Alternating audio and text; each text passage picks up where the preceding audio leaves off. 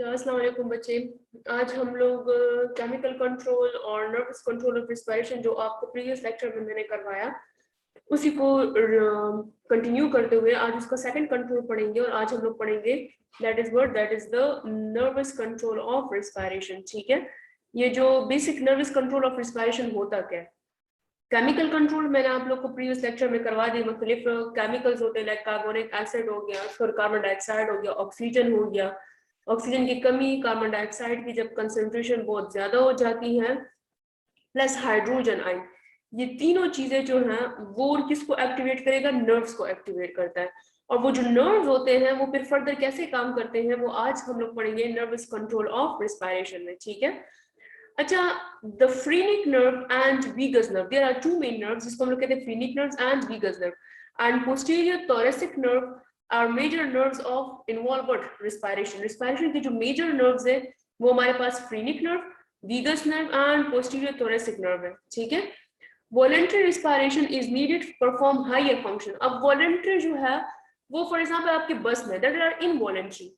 अब आपके बस में क्या है, that is on your own choice, such as voice control. Like for example मैं अपनी वॉइस टोन को ज्यादा कर सकती हूँ, कम कर सकती हूँ, that is because of nervous control of respiration. ठीक है, अच्छा, what is the breathing? Breathing is the automatic and rhythmic act produced by network of what neuron in the hindbrain, the pons and medulla oblongata. ठीक है, ये मैं explain करवाती हूँ। The neural network direct muscle that form the wall of thoracic and abdomen and produce pressure gradient that move air into and out of lungs. अब breathing जो है वो ऑटोमेटिक प्रोसेस है। ये जो लाइन है इसका मतलब क्या है कि ब्रीथिंग हमारे पास बच्चे ऑटोमेटिक प्रोसेस है और रिदमेटिक प्रोसेस है, जिसमें नर्व्स भी इंक्लूड है, हाइंड ब्रेन भी इंक्लूड है, ब्रेन भी इंक्लूड है, साथ ही साथ में आपके जो मसल्स ऑफ रिस्पिरेशन है, आपका एब्डोमेन, पेट, ये सब कुछ इंक्लूड है। ठीक है, अब नर्वस मैकेनिज्म आते हैं तरीकेकार में। नर्वस मैकेनिज्म हमारे पास it consist of two main centre, three main centre, one is called respiratory centre. अच्छा, रिस्पिरेटरी सेंटर क्या होते हैं?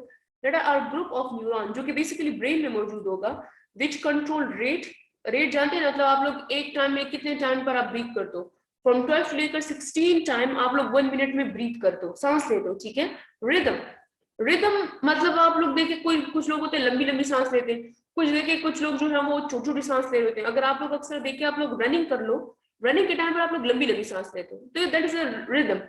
एंड फोर्स ऑफ रिस्पिरेशन, कितने प्रेशर से आप लोग एयर को इंटर करते हो, कितने प्रेशर से आप लोग एयर को बाहर निकालते हो। These center are situated in the brain stem और बोथ साइड, मतलब ब्रेन स्टेम में ये बोथ साइड पे मौजूद होगा। आते हैं, first one is afferent nerve. What is mean by afferent nerve? Basically afferent nerve होता क्या है?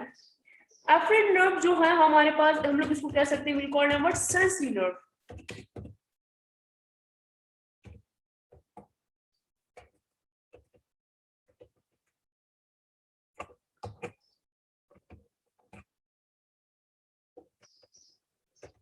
एफरेंट नर्व जो है, ठीक है, that are basically which nerve, बच्चे हम लोग इसको कह सकते हैं। तो अगर मैं इसको नीचे करूं तो को समझाने के लिए, so this is basically what, sensory nerve, जो कि सिग्नल किससे लेगा, ऑर्गन से लेगा और किसी और जगह पर ये ट्रांसमिट करेगा।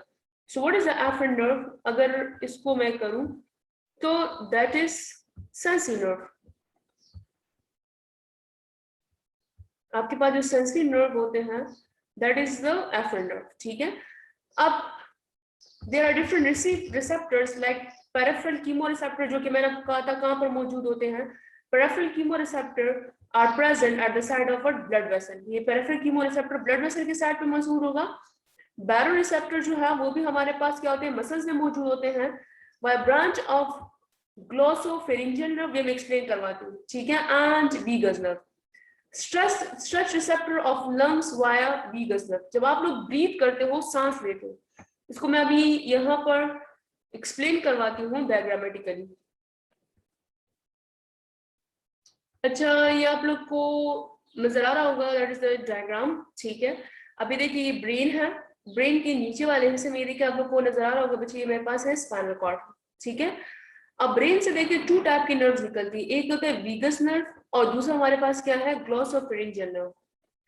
अच्छा, what is the main purpose, अगर मैं आप लोग को यहाँ पर एक्सप्लेन करवाऊं कि जो ये वीगस नर्व होता है, ठीक है, ये देखिए यहाँ पर जो स्ट्रेच रिसेप्टर मुख्तलिफ रिसेप्टर्स के थ्रू इट गिव सिग्नल्स, ये देखिए वीगस नर्व है, तो वीगस नर्व हमारे पास सिग्नल किसको देगा, ये देखिए यहाँ से ये लोग सिग्नल रिसीव करता है। बेसिकली जो वीगस नर्व है, ठीक है, वो कहाँ से इसने सिग्नल रिसीव किया, नीचे वाले पार्ट से। अभी देखिए ये सिग्नल किसको ट्रांसमिट करेगा, ये यहाँ पर आएगा, यहाँ से ट्रेवल करने के बाद ये देखिए directly it transmit to it part brain. दूसरा देखिए हमारे पास दूसरा वन नर्व जो है उसको मैं क्या कहते हैं, विल कॉल नंबर ग्लॉसोफेरिंजियल नर्व। अब ग्लॉसोफेरिंजियल नर्व देखिए ये कहाँ पर अटैच होते हैं, that is attach to the heart part, ये देखिए दिल के साइड पर अटैच होता है, ठीक है। साथ ही साथ में ये जो ग्लॉसोफेरिंजियल नर्व है ये क्या करेगा, ये भी सिग्नल लेकर जाएगा, बिकॉज दे आर सेंसरी, ठीक है, जो कि सिग्नल ट्रांसमिट करता है। केमिकल है तो इस केमिकल के थ्रू ये क्या करेगा, सिग्नल ट्रांसमिट करेगा, और कहां पर देगा, ये आप लोग को नजर आ रहा होगा, it transmitted to which part, brain part. समझ आ गई है। तो इस एरिया को हम लोग क्या कहते हैं, कॉल्ड एफरेंट नर्व्स। जो एफरेंट का मतलब क्या होता है, जो सिग्नल लेकर जाएगा, ठीक है। अगर मैं यहाँ पे कहूँ they are what, they are afferent condition, afferent nerve. Understand बच्चे, होप आप लोग को समझ आ गई होगी, ठीक है। What is the afferent nerve, ठीक है, what is the purpose of afferent nerve, के एफरेंट नर्व का मेन काम क्या होता है कि यहाँ पर ये एफरेंट नर्व है और ये सिग्नल किसको देगा, हमारे पास उसको देगा, ठीक है, ब्रेन को। और ब्रेन की किसके थ्रू देगा, वेगस नर्व, एंड किसके थ्रू देगा, ग्लॉसोफेरिंजियल नर्व, और that is directly transmitted to the medulla oblongata, ठीक है। चले आते हैं नेक्स्ट वन पॉइंट पे।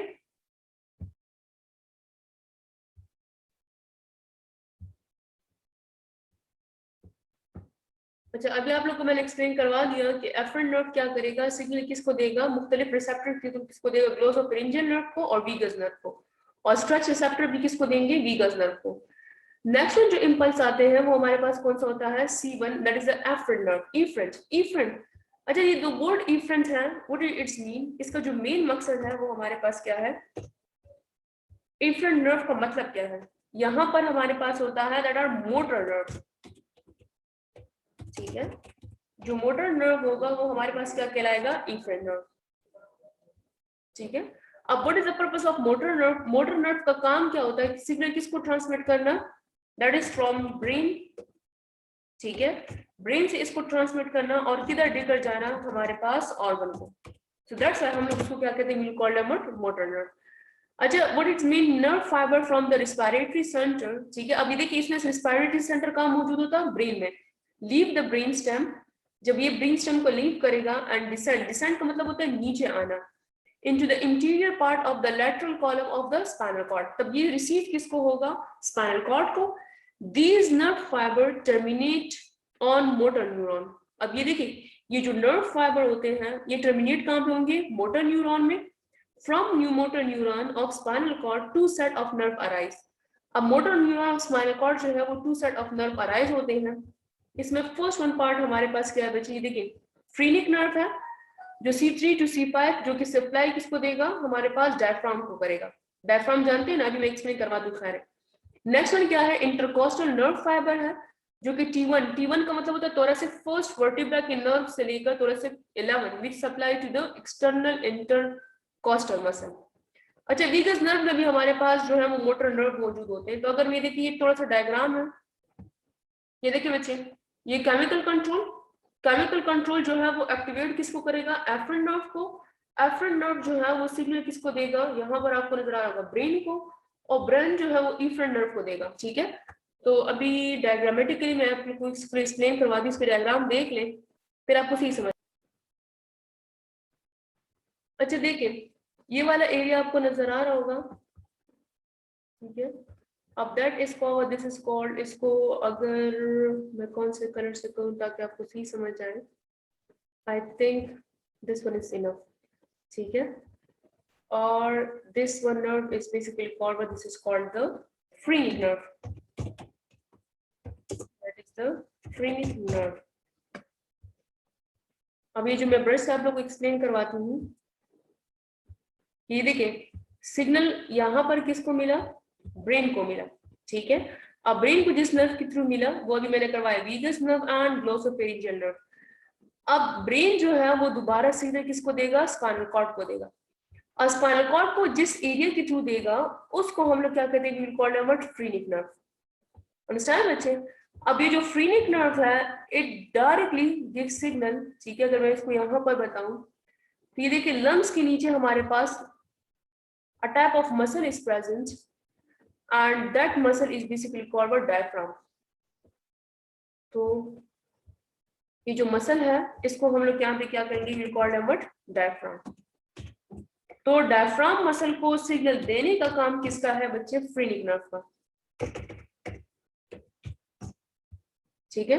और ये देखिए फ्रीनिक नर्व किसको देगा सिग्नल, डायफ्राम को देगा, और जिस मसल्स के थ्रू या जिस नर्व के थ्रू देगा इस नर्व को हम लोग क्या कहते हैं, फ्रीनिक नर्व, ठीक है। आई होप आप लोग को समझ आ गई होगी।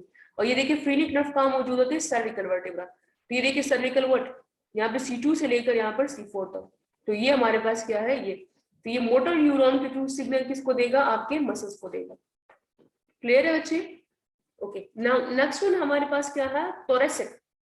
अब ये देखिए सिग्नल दोबारा ऊपर पहुंचा है, तो ऊपर पहुंचने के बाद अगेन ये देखिए अकेले वहां पे नहीं आएगा, बल्कि हमारे पास ये देखिए ये आप लोग को नजर आ रहा होगा थोरैसिक वर्टिब्रा। अब इस वाली वर्टिब्रा को हम लोग क्या कहेंगे, we will call number C1। तो मैं आप लोग को बोल्ड करके करवाती हूँ ताकि आप लोग को सही समझ जाए। ये C1,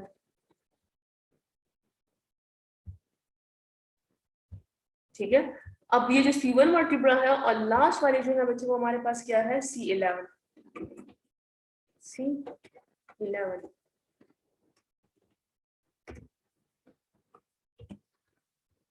अब बोथ ऑफ वर्टिब्रा आप लोगों को अभी डायग्राम में नजर आ रहा होगा। ये जो C11 वर्टिब्रा है, अब ये देखिए यहां से आपको ये नर्व्स नजर आ रही होगी,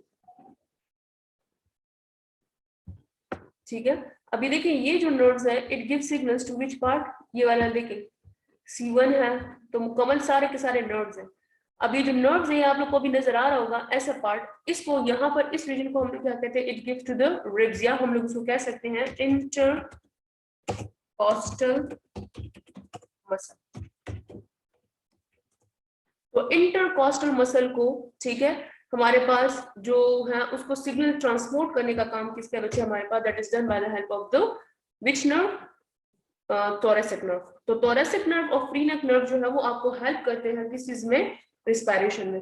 एक रफ सा स्केच है वो भी मैं आप लोग को भी दिखाती हूँ बच्चे, तो उसको देख ले। अच्छा अभी आपको ये देखिए बच्चे, ये हमारे पास क्या है, कार्बन और हाइड्रोजन आपको नजर आ रहा होगा, that is a carbon dioxide और हाइड्रोजन आयन, ठीक है। नॉर्मली वाटर और कार्बन डाइऑक्साइड जो है वो ब्रेन के अंदर ब्लड वेसल्स के अंदर जब क्वांटिटी आपके ब्लड की आ जाती है तो वो कन्वर्ट किस फॉर्म में होगा, ये आपको नजर आ रहा होगा, दैट इज द एलिमेंट। और इस एलिमेंट को हम लोग क्या कहते हैं, वी कॉल देम व्हाट, आपको एलिमेंट अभी नजर आ रहा है, तो इसको हम लोग क्या कहते हैं, बाइकार्बोनेट आयन। अभी तो देखिए ये कन्वर्ट किस फॉर्म में होगा, H, और ये हमारे पास कन्वर्ट किस फॉर्म में होगा, H+ में। H+ एक्टिवेट किसको करेगा, सेरेब्रोस्पाइनल फ्लूइड। सेरेब्रोस्पाइनल फ्लूइड के वो डायरेक्टली सिग्नल कहाँ पे मिलेगा बच्चे, मेडोला को। फिर मेडोला जो है वो इस सारे नर्व्स के थ्रू आपकी दोबारा जो है वो सिग्नल पूरी बॉडी को ट्रांसपोर्ट करेगा। अंडरस्टैंड? सेकंड वन देखिए, हमारे पास पेरिफेरल कीमोरिसेप्टर है, वो तो खैर हमारे पास डायरेक्टली ब्रेन में हो गया ना, वो बात यहाँ पे खत्म हो गई। सेकंड वन देखिए आपके पास ये देखिए कंप्लीटली रिसेप्टर जिसको हम लोग कहते हैं पेरिफेरल, ठीक है, chemo receptor. Peripheral chemo receptor कहाँ मौजूद होते हैं, कैरोटिड बॉडी और आयोटिक बॉडी, मतलब जो आयोटा के साइड पर। फॉर एग्जांपल ये देखिए ये मेरे पास आयोटा है, ठीक है, और इससे एक आर्टरी निकलती है जिसको हम लोग कहते हैं कैरोटिड बॉडी। तो कैरोटिड आर्टरी में यहाँ पर ये चीज मौजूद होगी, और साथ हमें किधर मौजूद होगी, आयोटिक बॉडी में। अब जब यहाँ पर कार्बन डाइऑक्साइड की क्वांटिटी ज्यादा हो जाती है और ऑक्सीजन की क्वांटिटी कम हो जाती है, तो ये किस चीज को एक्टिवेट करते हैं, हमारे पास दो नर्व को, एक हम लोग क्या कहते हैं ग्लोसोफेरिंजियल नर्व, और दूसरा किधर होगा, वीगस नर्व। ग्लोसोफेरिंजियल नर्व के थ्रू सिग्नल, ये देखिए मैंने आपको बताया भी है, सिग्नल किसको ट्रांसमिट होगा, ये देखिए ये हमारे पास दोनों क्या कहलाएंगे, efferent nerve. It is also called what, efferent nerve. Signal किसको ट्रांसमिट होगा, ये देखिए मेडुला ऑब्लांगेटा को। मेडुला ऑब्लांगेटा किसको ट्रांसमिट करेगा सिग्नल, स्पाइनल नर्व को। स्पाइनल नर्व जो है वो देखिए इसको किसको सिग्नल ट्रांसमिट करेगा, फ्रेनिक नर्व को, जो आपकी मैंने डायग्रामेटिकली करवाया, जो थर्ड सर्विकल वर्टिब्रा और 5 सर्विकल वर्टिब्रा के साथ कनेक्ट है। फ्रेनिक नर्व जो है वो सिग्नल किसको देगा, डायफ्राम को। तो डायफ्राम जानते हैं ना, वह भी मैंने आपको रीजन बताया कि लंग्स के नीचे जो मसल्स होते हैं हम लोग उसको क्या कहते हैं, we called them what, diaphragm. Next one देखिए, ये मेरे पास क्या है, स्पाइनल नर्व। अब फ्रेनिक नर्व जो है वो सिग्नल ट्रांसमिट करेगा किसको, इंटरकॉस्टल नर्व को। इंटरकॉस्टल नर्व देखिए थोरेसिक 1 वर्टिब्रा से लेकर थोरेसिक 11 वर्टिब्रा में मौजूद होता है, और इसका जो मेन काम है वो क्या है, इस एक्सटर्नल इंटरकॉस्टल मसल को क्या सप्लाई करना, मोटर। अब आप लोग को ये सारी चीजें की नजर आ रही होगी, ये जो एफरेंट नर्व्स होते हैं, it is basically called word बच्चे, हम लोग इसको क्या कह सकते हैं, we will call them sensory nerve. ठीक है, they are sensory in nature. मतलब सिग्नल देखें, सिग्नल कहाँ मौजूद हो रहा है, ब्रेन से सिग्नल, नॉर्मली बॉडी से सिग्नल किसको मिल रहा है, ब्रेन को मिल रहा है। तो इसको हम लोग क्या कहते हैं, we will call them what, sensory nerve. और स्पाइनल एरिया से सिग्नल बॉडी को मिल रहा है, ठीक है। So this one is called what, हमारे पास we will call them efferent nerve. ये एफरेंट हो गया, और ये जो बोथ रीजन है, this one is called what, this is called the efferent nerve. और efferent nerve are basically which nerve, motor nerve, जो कि सिग्नल किसको देगा, जो कि सिग्नल स्पाइनल कॉर्ड या ब्रेन से ट्रांसमिट किधर करेगा, बॉडी को। तो आई होप सो कि आपको आज का लेक्चर समझ आ गया होगा, ये दोनों को मिक्स करके मैंने आप लोगों को एक्सप्लेन करवा दिया है। अगर आपको लेक्चर से रिलेटेड कोई क्वेश्चन हो तो आप टाइप कर सकते हैं, मैं आप लोग को आंसर दूंगी। सो एक ही टॉपिक रह जाता है हमारे पास, and this one is the transport of oxygen and carbon dioxide, and ये चैप्टर भी आपके पास एंड हो गया। थैंक यू सो मच बच्चे। ओके, अल्लाह हाफिज।